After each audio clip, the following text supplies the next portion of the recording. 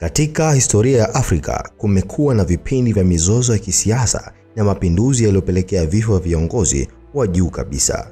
Rais akiwa ndiye kiongozi mkuu wa taifa mara nyingi hujikuta katikati ya migogoro hii. Katika video leo tutaona baadhi ya marais wa Afrika ambao waliuawa kikatili kipindi wako madarakani. Kiongozi wa kwanza katika orodha hii ni Patrice Lumumba wa Jamhuri ya Kidemokrasia ya Kongo mwaka 1961.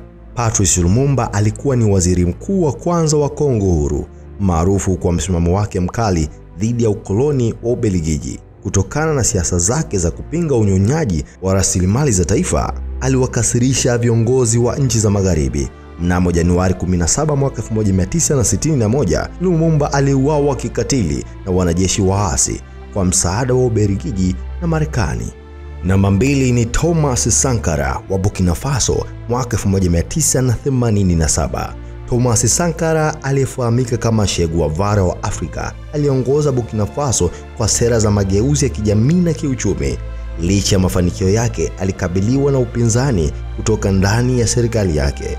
Mnamo Oktoba 15 mwaka 1987, Sankara aliuawa katika mapinduzi yaliyopangwa na mshirika wake wa karibu, Blaise Compaoré, ambaye baadaye alichukua madaraka.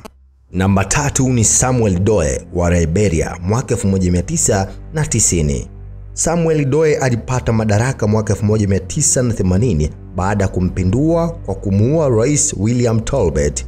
Utawala wa Samuel Doe ulitawaliwa na ukatili na mgawanyiko wa kikabila.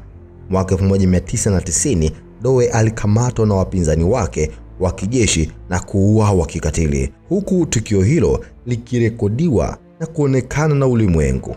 Namba 4 ni Muammar Gaddafi wa Libya mwaka 2011. Gaddafi alitawala Libya kwa zaidi ya miaka 40, akijulikana kwa udikteta wake na upinzani dhidi ya mataifa magharibi. Mnamo mwaka 2011, baada ya vita vya wenyewe kwa wenyewe, Gaddafi alikamatwa na wapinzani wake na kuuawa kikatili. Namba 5 katika orodha hii ni Laurent Kabila wa Jamhuri ya Kidemokrasia ya Kongo mwaka 2001.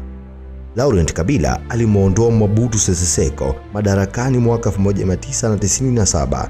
Hata hivyo, aliuawa Januari 16 mwaka 2001 na mmoja wa walinzi wake, kifo ambacho kilizua maswali mengi kuhusu wahusika halisi nyuma ya tukio hilo. Asante sana kwa kunisikiliza. Tafadhali subscribe katika channel yetu kwa kubonyeza kitufe kilichoandikwa subscribe, na kutakia wakati mwema.